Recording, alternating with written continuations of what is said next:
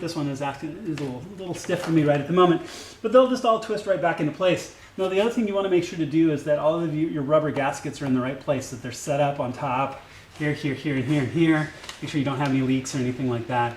That would be bad. So then just twist these little locks in a place like that. I got one that's being a little stubborn on me. That's okay. There it is. Just like that. Okay. So at this point, make sure that everything is cleaned up. You don't have any extra parts, any extra bolts. But other than that, your spark plug change is done. What you're going to want to do is start the car and run it. Make sure you don't get any error codes, that it runs nice and smoothly. Other than that, it's pretty straightforward and pretty simple, and probably just saved you a couple $100 in service time to get this work done. You're all by yourself. All right, the spark plug change is all done. Car fired up beautifully, ran absolutely flawlessly. Really, really sharp. And it's going to be a little bit more responsive. Might get a little bit better gas mileage, may not, but it needed to be done anyway. The spark plugs, the old ones that came out, were pretty beat up, so they were ready to go. This is a good thing to do for the health of your car. Get the right plugs, do the right work, and do it carefully.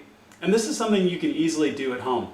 So if you look in the comments, I'll show the parts that I used in this, the basic tools. If you like what you've seen, please click subscribe. It absolutely makes a difference. I answer any questions that I can, and I look forward to seeing you on my next video.